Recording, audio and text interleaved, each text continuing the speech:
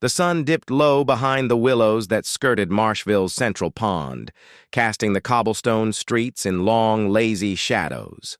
Fireflies blinked awake among the reeds, their soft green lights pulsing like whispered secrets. The air smelled of wet earth and blossoming cattails, and a hush settled over the town as if the whole world were pausing to catch its breath. In a shallow nook beside the old mill pond, a young green frog named Martin perched on a mottled lily pad. His skin, the color of fresh spring shoots, rippled with each slow breath. Martin was no ordinary frog. His heart carried restlessness, a yearning for something beyond the nightly hunt of mosquitoes and the gentle lull of water lapping against mud banks. He had watched the sky for migrating birds, and listened to the distant hum of traveling traders, dreaming of wonders he'd never seen.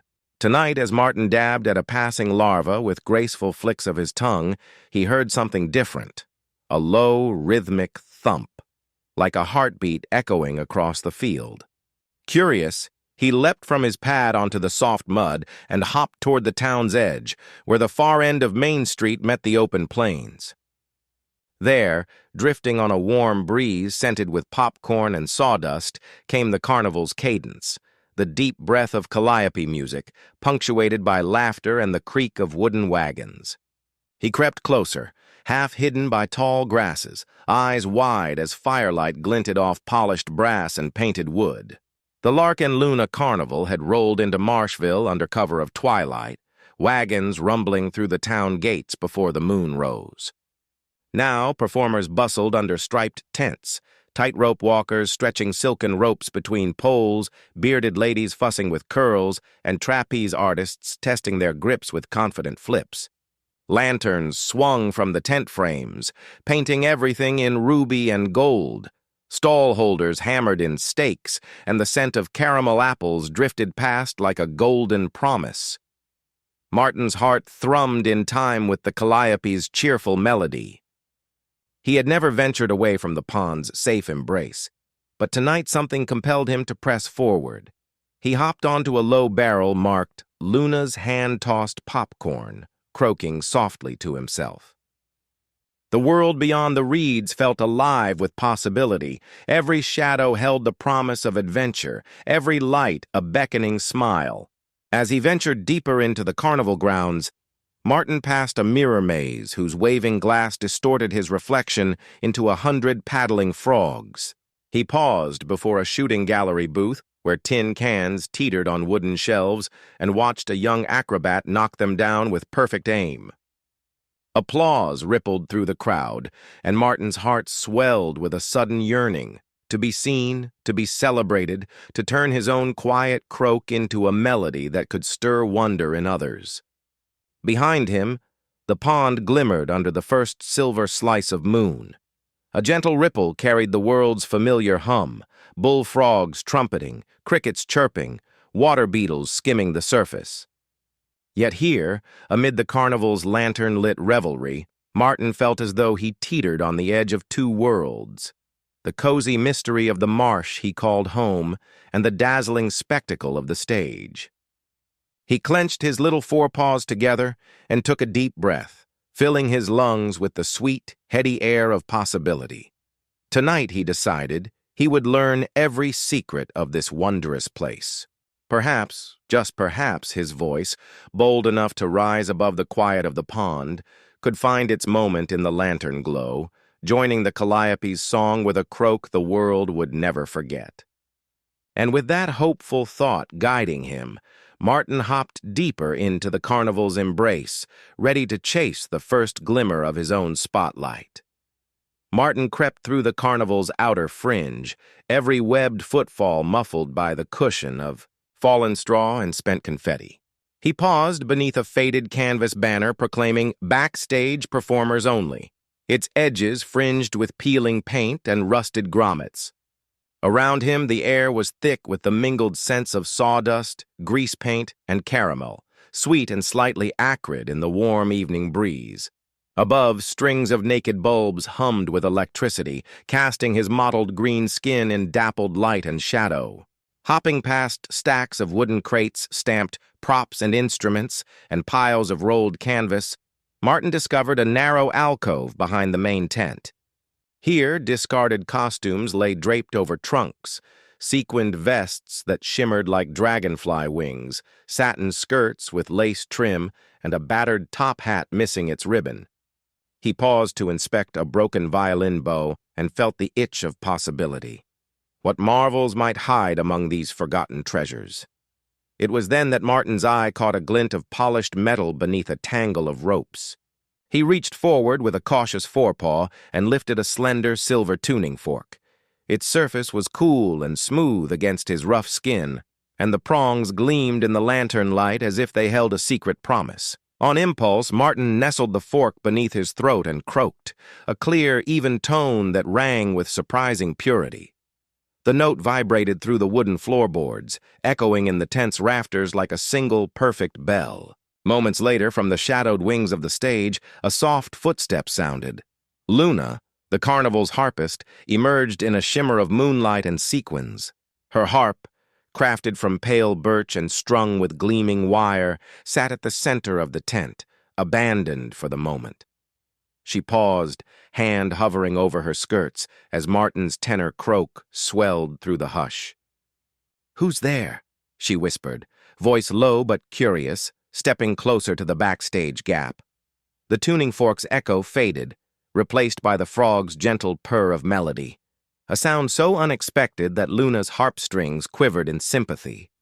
In that moment, under the Carnival's wavering glow, a daring thought took root in her heart. Perhaps this small frog possessed the very magic they'd been seeking. And with that, the stage was set for a midnight audition that would change both their fates forever. The Carnival's heartbeat throbbed in Martin's ears as he was led under the scarlet and gold tents to the main ring. Lanterns swung from steel cables overhead, painting the sawdust floor in shifting patterns of amber light and shadow. Rollo Devane, the ringmaster, stood at the center, his top hat tilted at a rakish angle, mustache waxed into elegant points. His eyes glinted with curiosity and impatience under the brims of his hat as he surveyed the makeshift stage. "Let's hear it, Frog," Rollo rumbled, voice echoing over the murmur of restless performers. Around the ring, acrobats in sequined leotards practiced handstands, fire-eaters tested embers, and contortionists bent in impossible twists. All watched Martin, the only frog ever summoned, to prove himself worthy of a spot on the program. Martin's heart hammered beneath his emerald skin. He squatted on the center plank, his webbed toes splaying in the sawdust. For a moment he hesitated, the enormity of the moment overwhelming. Then, recalling Luna's faith in him, he lifted his throat pouch and drew in a quivering breath. His first note was shy, a single croak that trembled like a candle flame in a breeze. The tent fell utterly silent. Rollo's eyebrows rose. Encouraged by the hush, Martin drew deeper into his chest, letting his voice swell into a resonant ballad full of longing and wonder.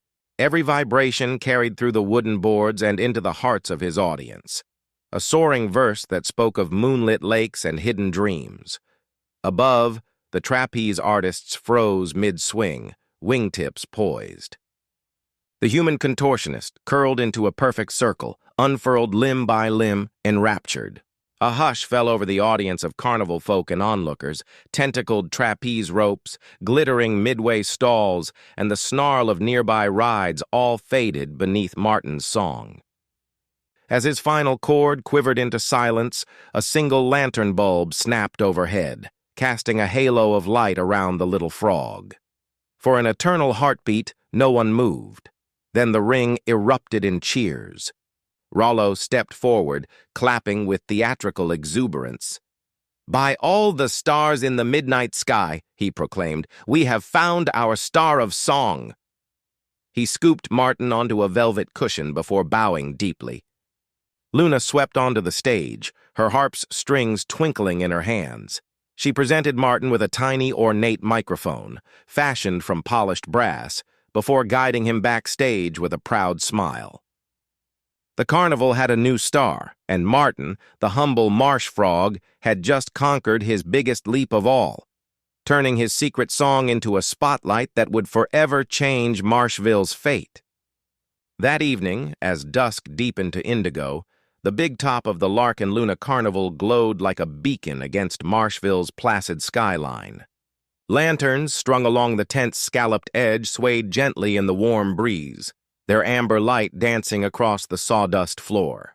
The scent of spiced kettle corn mingled with drifting strains of calliope music, and a hush of anticipation rippled through the assembled townsfolk, farmers in work-worn overalls, shopkeepers with ledger in hand, children perched on parents, shoulders eyes wide with expectation. Inside the ring, Rollo Devane stood tall beside a polished mahogany podium, his scarlet tailcoat gleaming under the brass spotlights. "Ladies and gentlemen," he announced in a voice rich as velvet, "prepare yourselves for a performance unlike any you have ever heard."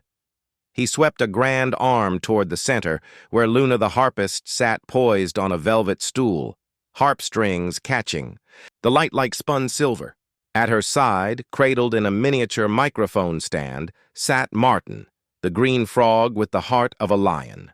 A ripple of polite applause greeted their entrance, but many in the crowd exchanged skeptical glances. Could a frog really hold the stage? As Luna's slender fingers plucked the opening harp notes of Martin's chosen ballad, "Moonlit Reverie," a hush fell once more, the calliope's merry jangle fading to a distant echo. Martin took a deep breath.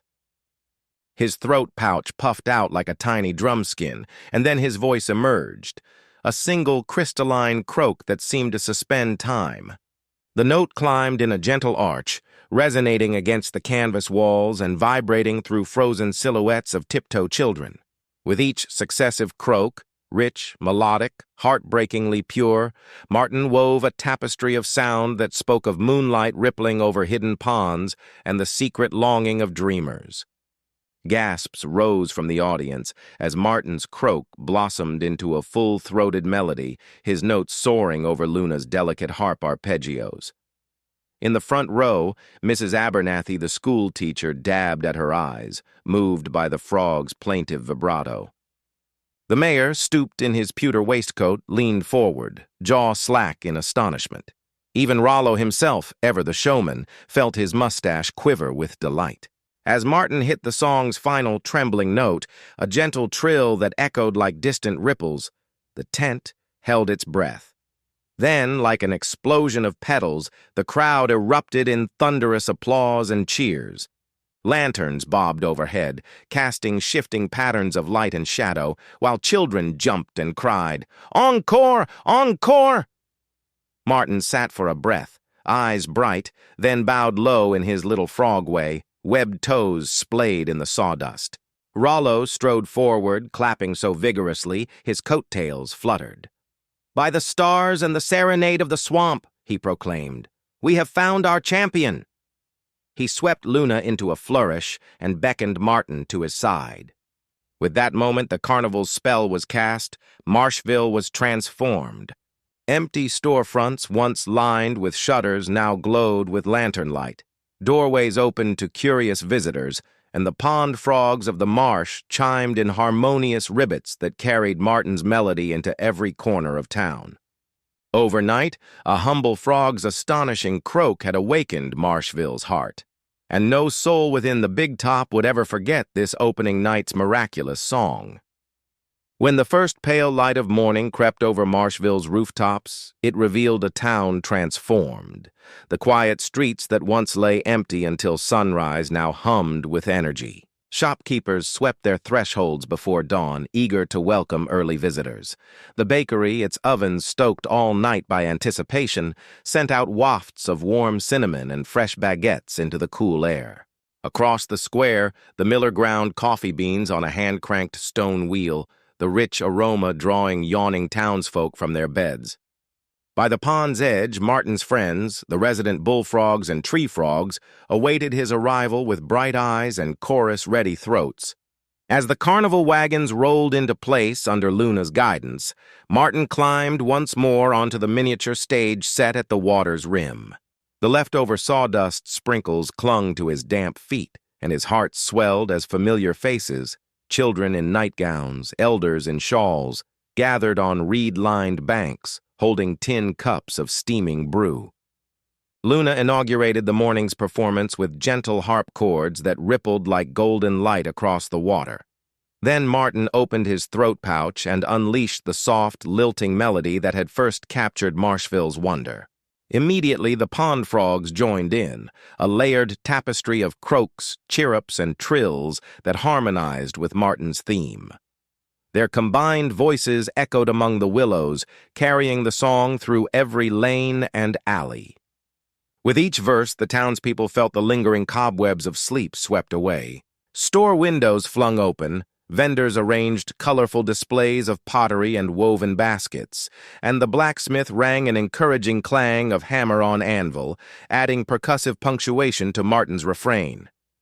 Children chased one another through open doorways, trailing ribbons and laughter. Even the riverboats moored at the canal lock sounded their horns in time, a celebratory blast that rippled across the morning calm. As the final notes faded, applause rose like a tidal wave. Shopkeepers doffed their caps. Farmers leaned on their hoes in respectful salute. The mayor, resplendent in his embroidered morning coat, stepped forward to present Martin with a golden medallion carved with a lily pad motif. "For bringing our town back to life," he declared, voice thick with gratitude. Martin accepted the honor with a humble bow, his webbed feet touching the sawdust stage in a moment of shared triumph. In the days that followed, Marshville's nights took on new brilliance. Lantern-lit bazaars sprang up along the old mill rail, artisans sold hand-painted fans and glass beads beneath stringed lights, and the carnival tents remained pitched in the square, inviting wanderers and locals alike to nightly gatherings. As Martin led the nightly serenade, his voice rising clear and unwavering, the pond chorus responded faithfully, entwining with the calliope's distant melody. Business thrived. The inn's guest rooms filled with travelers seeking the frog chorus, and the Riverside Tavern's tables saw clinking mugs well past midnight. Families who once retired with the setting sun now lingered over supper, drawn by the promise of Martin's song. Under his gentle glow, Marshville discovered that community was more than proximity. It was shared wonder, a melody woven from countless voices, all inspired by one small frog's leap onto the carnival stage.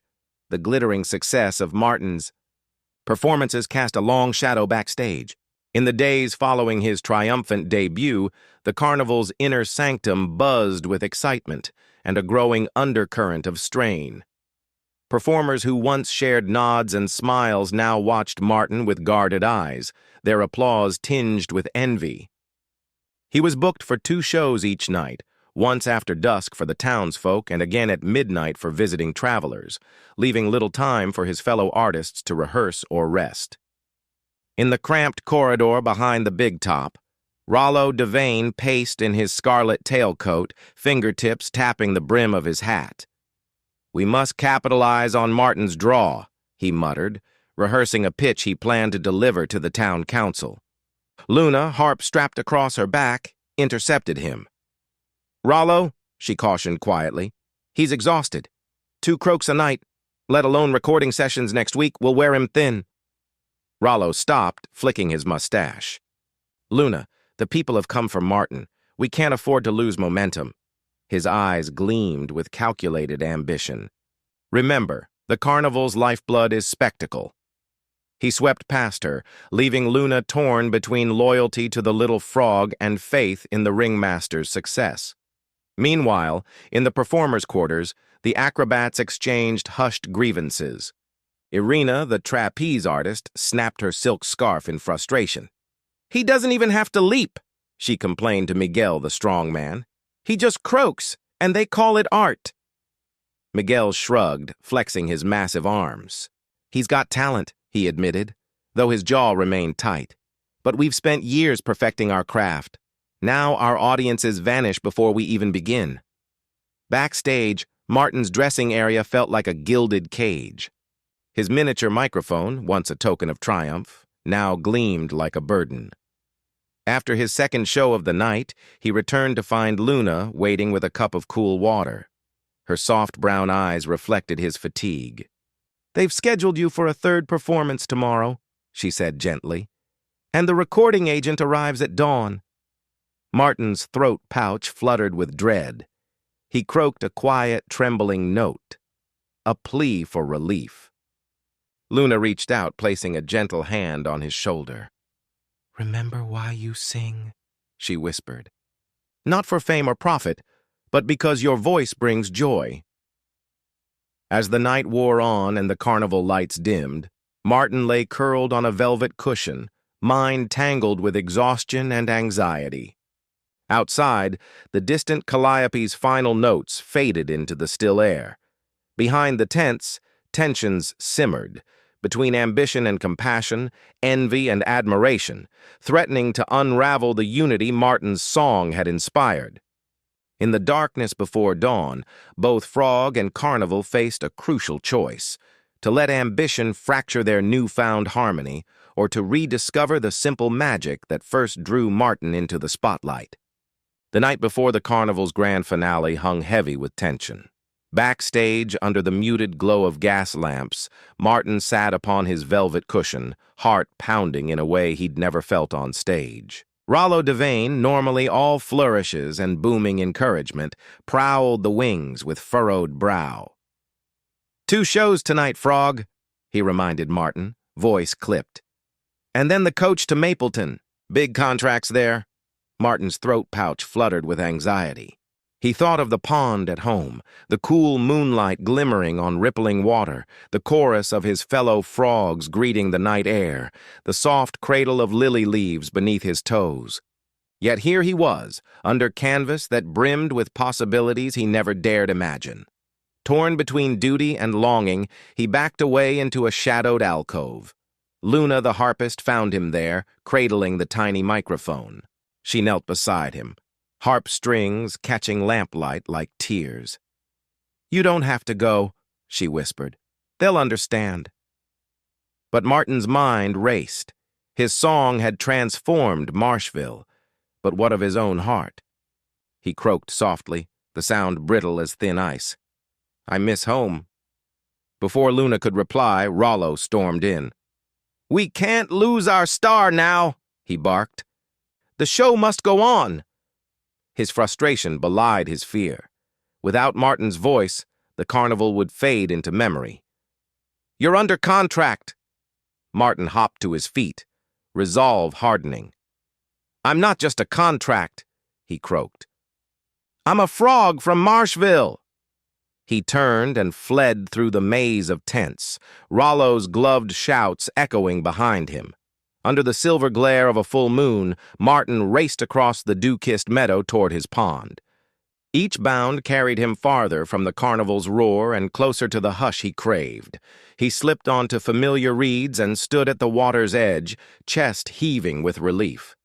The night was alive with frog song, the symphony he had once felt too small to join. But before he could sink into comfort, Rollo appeared on the bank, top hat in hand, lantern swinging at his side. "Martin," he said softly, voice stripped of its showman's weight. "Stay for one more performance, but do it your way." At Rollo's back came Luna and the entire troupe, acrobats, fire-eaters, and contortionists, drawing a silent circle around the pond. Word of Martin's return had spread. Townsfolk crept from darkened doorways to witness the moment. Lanterns bobbed among willows and cattails, and the air thrummed with anticipation. Rollo turned to the gathered crowd. "Tonight, this song is yours," he announced. "Free to all of Marshville." Then he stepped back. Under the moon and lantern light, Martin climbed onto a smooth stone at the water's edge. Luna's harp trilled a single welcoming note, and the carnival stilled.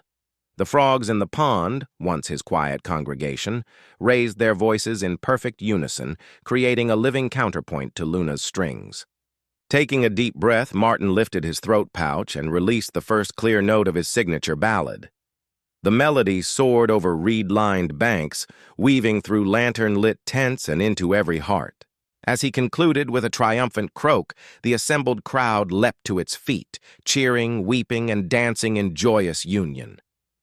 In that instant, Martin realized that his true leap of a lifetime was not just onto a stage, but into the embrace of community, where every voice, no matter how small, could spark a chorus of change.